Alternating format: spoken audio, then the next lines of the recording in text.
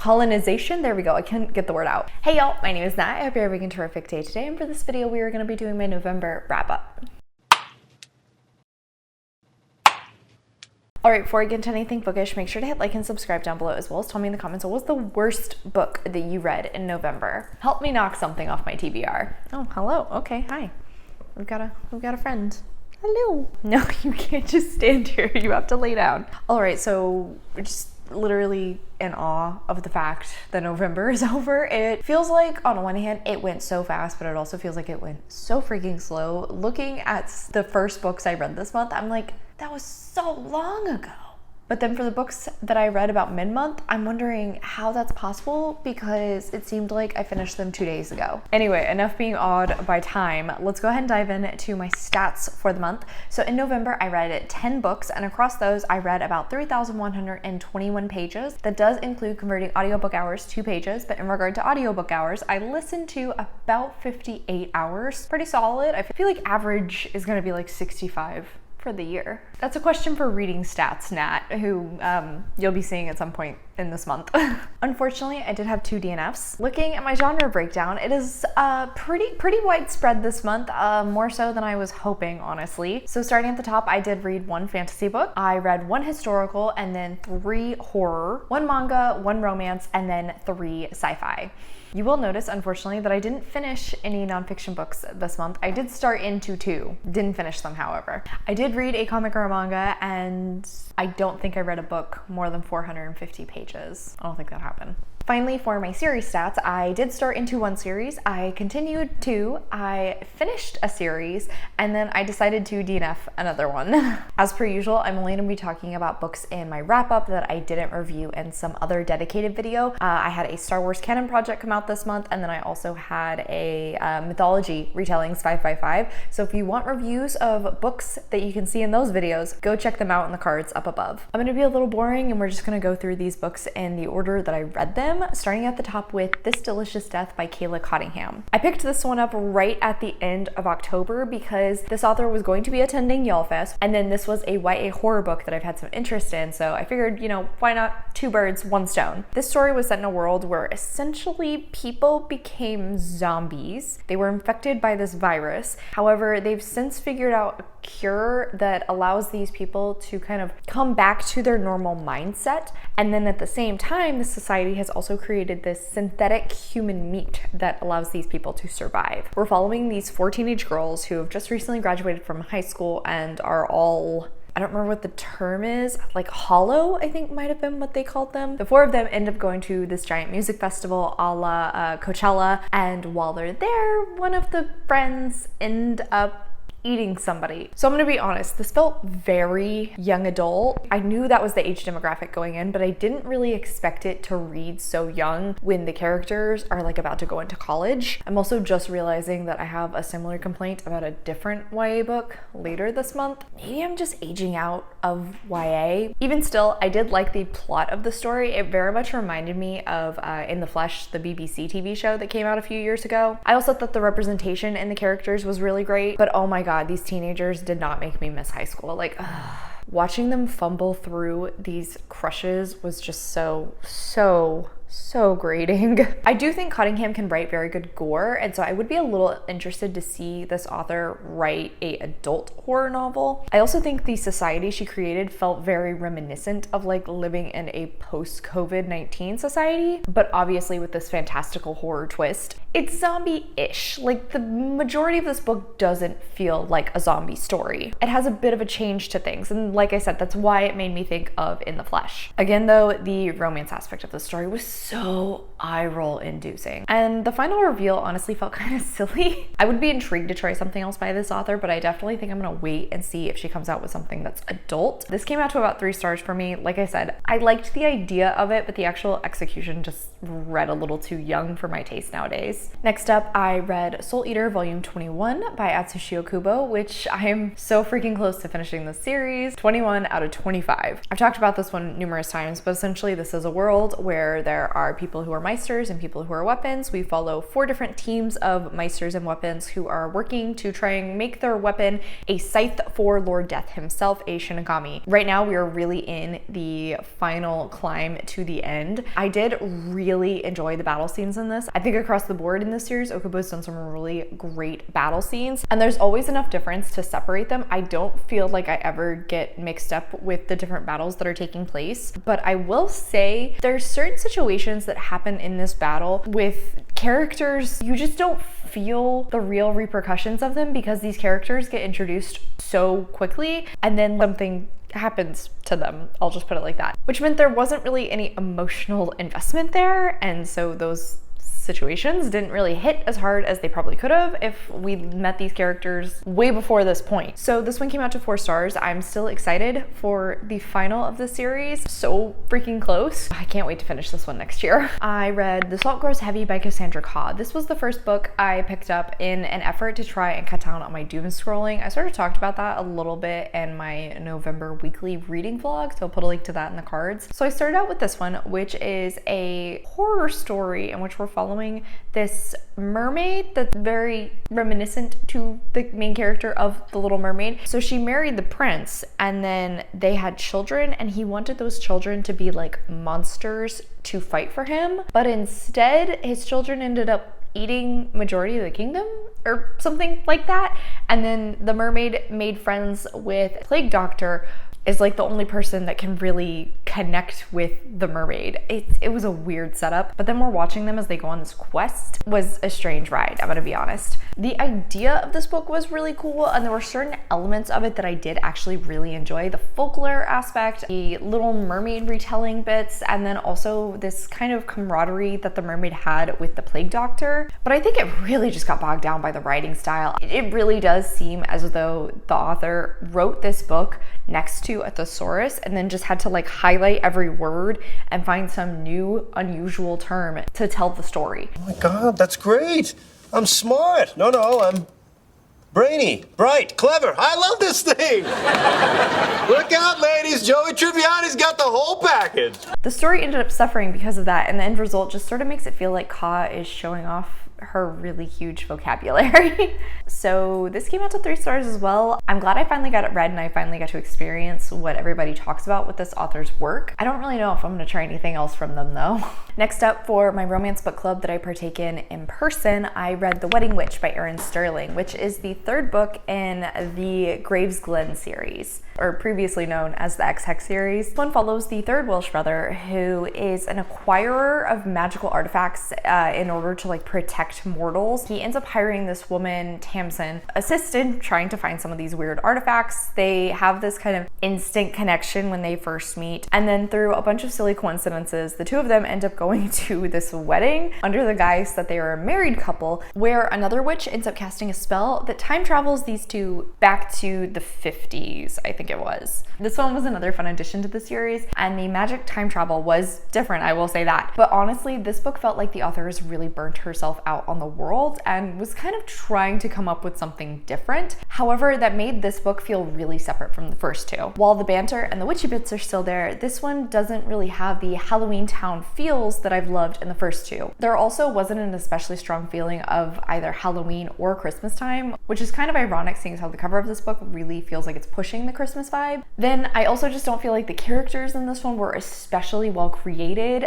I very easily could have mixed up Bowen with the hero from the second book, and then Tamsin felt like a rinse repeat of the heroines from the first 2 books. I also found it very odd that the audiobook narrator gave the love interest from the first 2 books Welsh accents when both of them are supposed to be from America. Seemed like an oversight on the publisher's part. The romance between Bowen and Tamsin felt very, very insta-lusty, and a lot of moments where we could have seen some great development of the relationship between the 2 of them kind of got glossed over, so the relationship wasn't very convincing by the end of the book. I did think it was cool that this book starts out with the 2 of them interacting over emails and then eventually text messages, and I actually really enjoyed that and wish it would have gotten utilized a bit more. Then finally, the way the plot wraps up in this book just feels so convenient. And also like a huge cop out where the author just wrote herself into this corner and didn't want to think of a way to actually have the characters solve it. Instead, she does this like deus ex machina thing. And it just, like I said, it felt really convenient. So I think this one was enjoyable, but it's definitely the weakest of the series. I actually originally gave it 3.5 stars, but after having just talked out all my thoughts with y'all, I think I'm gonna bump it to 3 stars also.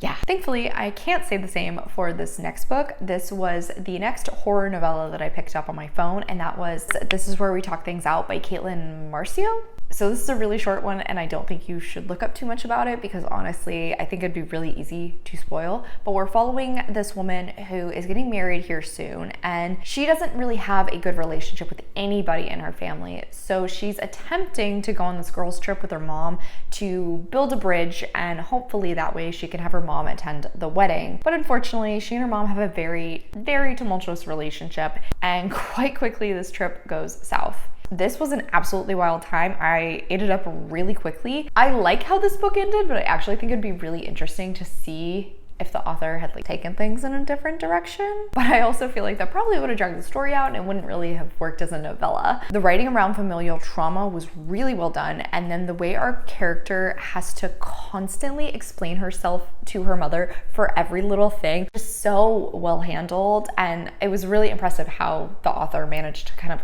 just consistently weave this feeling of inadequacy and frustration throughout the story. I was literally on the edge of my seat reading this. I did not want to put it down. I had to give this one 5 stars because it was so freaking good. Absolutely, I'm going to be checking out more from this author. Another book that I ended up picking up because of YALLFest was The Lies We Tell by Katie Zhao. This is an author who I've been intrigued by for quite some time. However, it just didn't really work for me, unfortunately. In this one, we're following Anna, who is going to college. She has chosen the same college that her babysitter who disappeared went to when she was like 10, and Anna is determined to figure out what happened to her. Pretty quickly after starting school, she ends up running into, I want to say his name was like Chris, who was her childhood enemy. Her parents were always constantly comparing them. I think his parents also own a bakery that's a rival to her parents' bakery, and it was pretty obvious to me that there was going to be a little bit of a relationship developing between the two of them. I honestly didn't get very far into this book because I just couldn't handle the voice of the main character. She is supposed to be 18, and yet she read as though she was 13. I really wanted to push through this book because I did think it was cool that a driving force of the book was Zhao wanting to write about the open racism Asian people started to experience after COVID-19. But oh my God, I couldn't do it anymore. We had barely scratched the surface of the mystery, and I just wasn't willing to wait for more of it to kick in. Like I said, the voice of the main character seemed like that of a sheltered 13-year-old. It was really grating to me, and by extension the dialogue felt so inauthentic and awkward, so it made it really difficult for me to settle into the story and with this main character. Like I said, Anna's starting college, and she does admit she's pretty sheltered. She didn't really go to any parties or anything like that, but she says, you know, she did a bunch of research about the college and about the surrounding area. She's seen all the stereotypical college movies, and then there's this fact that she's a true crime fan that's reinforced multiple times. Yet when she goes to the party, she makes dumb decision after dumb decision after dumb decision that was it was just getting very hard for me to read, especially because I'm a mom friend. This little duckling should not have been at this party to start with. There were a few little nods to racism that Anna was starting to experience, and like I said, I wanted to keep reading to kind of see the author's commentary around those and tying it into the mystery. But once the romance aspect started to be introduced, I couldn't do it anymore. I really couldn't. I had to put this one down. Like I said, between this and This Delicious Death, I'm starting to wonder if maybe, no, you do not jump up there. I'm starting to wonder if maybe I'm just getting too old for YA. It's ironic I say that because this next book is YA, but I would kind of argue it's definitely leaning more on the new adult side, and that is For She Is Wrath by Emily Varga. Also read this because of YALLFest. This author was going to be there, and I am so glad I picked this book up. This is a Pakistani romantic fantasy that is influenced by The Count of Monte Cristo, where we are following Danya, who has spent the last year in prison, when she ends up meeting another young woman trying to escape who also knows the location of this treasure. The two of them end up working together to try and exact revenge against the people who have wronged them. For Danya, one of the biggest ones being the man she loved, who is also the adopted son of the emperor. I ate this up because I loved Danya as our main character. She is so angry. She's so determined. She's so headstrong. She is not going to let anything stand in her way. There are many times in this book where she is really ruthless. Like I was saying, I do think this kind of starts to ride the line into new adult. There are also some aspects of it that I just thought were really awesome and I don't really see very often in fantasy stories, like periods or birth control, but I really enjoyed the fact that Danya was allowed to be angry. She was allowed to hate these people for betraying her, for ruining her life, and watching her enact this plan was so cathartic. I loved it. The enemies to lovers aspect is a bit predictable, I'll be honest, but I did enjoy the way Jinn magic was utilized and how it allowed our main character to interact with her ex, and oh my god, the tension between those two is delicious. We actually do get some flashbacks. It allowed us to see the relationship that developed with Mazin and made the betrayal that we know Danya experienced hurt that much more. But oh my god, y'all, like there's a hand flex scene, there's a who did this to you. I'm gonna put a link to the short that I did up above because oh my gosh, there's a quote in there. That quote had me screaming. It was so good. I'm so curious with how this ends on whether or not the author is going to write a sequel. It's a situation where like she absolutely wouldn't have to. This is a perfectly good ending, and I think I would really like it to just stay here, but an opportunity for more in this world, and I can't deny I'm pretty intrigued. I would still pick that up. So this is one of those where like I can conceivably understand some faults it has, but I loved it and I haven't stopped thinking about it since I finished it. It's a big old 5 stars. Yeah, I'm not gonna lie to myself. I loved it. I had to go buy it whenever I went to Y'allfest. And I absolutely had to tell Emily Varga how I devoured it. On a very different note, the next book that I read was actually a reread, and it was Rogue Protocol, which is the 3rd book in the Murderbot series by Martha Wells. Well, the Murderbot Diaries by Martha Wells. I've been forcing Josh to listen to these along with me whenever we drive to different state parks and go for a hike. This is the 3rd one. I, once again, really enjoyed it. We're following Murderbot, who's trying to figure out part of their history that's been erased from their memory, but ends up inadvertently having to take care of some more humans who keep putting themselves in dangerous situations. And I gotta say, rereading these books, I keep loving them more than I did the first time. I just adore Murderbot as a character. I'm seeing upon reread so much more of the development of their character and how they're slowly becoming more and more human. And I love that they hate that about themselves. It's so entertaining. I also really enjoy seeing the interactions that Murderbot has with other bot-related characters. I'm really seeing how they struggle with that balance between sentient and not, and the connections that being has to humans and humanity. And it's really interesting. Absolutely loved this again. I did go ahead and bump my rating for this one up to a 4.5 star. I will in fact make him listen to the 4th one at some point. I just don't know when that's gonna happen. And then finally is the last book that I read for Y'allfest. I actually took this one with me and I started it on my flight there and then finished it out once I got home. That one is What the River Knows by Isabel Ibanez. I had been looking so forward to this book because it was sold as very reminiscent to The Mummy, the early 2000s classic with Brendan Fraser and Rachel Weisz. And seeing as how that is one of my favorite movies of all time, of course I was really excited going into this one. I started it on my flight to Charleston and pretty immediately saw the connection between these two characters to Rick and Evie. So in the story, we were following Inez, who is in Argentina. However, her parents have spent most of her life traveling back and forth to Egypt, where they have been funding her uncle's excavating and archaeological digs. However, Inez ends up getting the unfortunate news that her parents have passed. So she takes it upon herself that she is going to go to Egypt and find out what happened to her parents. Immediately upon arrival, her uncle is not going to let her stay and sends his assistant, Whitford Hayes, to send her right back home. Yeah, Nez is not here for that, and she decides to go off on her own and she will make her way. It doesn't matter what her uncle wants. She's going to figure out what's going on. I'm gonna give you all a forewarning right now that this had a very unexpected rating from me because the first 150 pages of this I loved. I was eating it up. Like Like I said, I was making so many connections between the characterization of Inez and Whit to Rick and Evie, and I just was enjoying that so much. I liked that the story started in Argentina, so we really got to see Inez as a character in her element, and then how we get to see the drastic change when she is in Egypt and completely out of it. But at the same time, she has some serious moxie. She is so determined, and I loved that about her character. She was not going to back down without a fight, and she was really clever in how she could manage on her own at different points at the start of the book. From the first interactions with Whit, I knew I was going to enjoy the relationship developing here, antagonistic towards each other. He doesn't expect much of her, and she pretty immediately is judging him. The more we see these two interact, it was really cool that we could see how they were getting to know each other through their actions. There is magic involved in the story, and Inez's father sent her a ring, and that ring allows her to view visions from the past. It's super hand wavy, it's very unspecified. In fact, I actually ended up labeling this book as historical rather than fantasy in my genre breakdown, because the fantastical elements they're really not the magic part. It's really more around the archaeological digs, if anything. But I think there was enough there in the magic and the archaeological aspects to keep me engaged, to keep me intrigued in the story and the mystery that was unfolding. Plus, I really appreciated the fact Ibanez brought up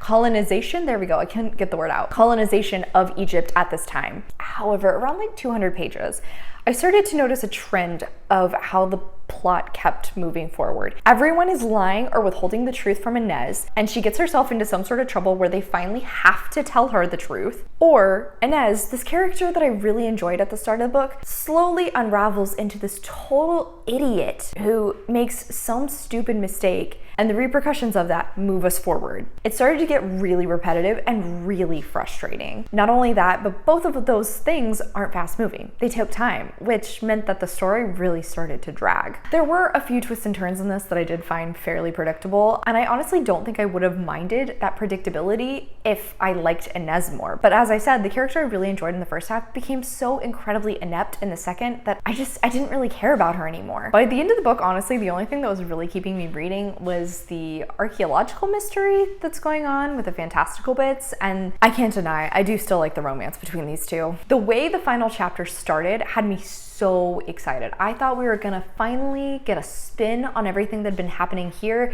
and had me hoping that the second book might actually have Inez and Whit being more on the same side, being more of a team together where it's gonna be them versus everybody else. Except there's this final line, this final reveal that told me, no, it's just going to be more of the same in the second. And I'm dreading it. I'm going to read the second book. I already own it, but I'm not especially excited to pick it up now, unfortunately. Like I said at the start of this review, this was a very unexpected reading because I loved how this book started, but it just dragged and the ending was not for me. So this came down to a disappointing 3 stars. I'm still a little bit mad, honestly. Even if we weren't already in my reread month, I don't think I'd be rushing to pick up the next book. And I'm so sad to report that. All right, and on that disappointing note, that is it for today, y'all. Thank you so much for coming to my channel. I really appreciate it. Make sure to hit like and subscribe down below. If you made it all the way to the end of this video, leave me a blue heart emoji in the comments. I have all my socials as well as a few ways you can support me linked in the description. I come out with videos on Monday and Friday, but until then, I hope you continue to have a terrific day.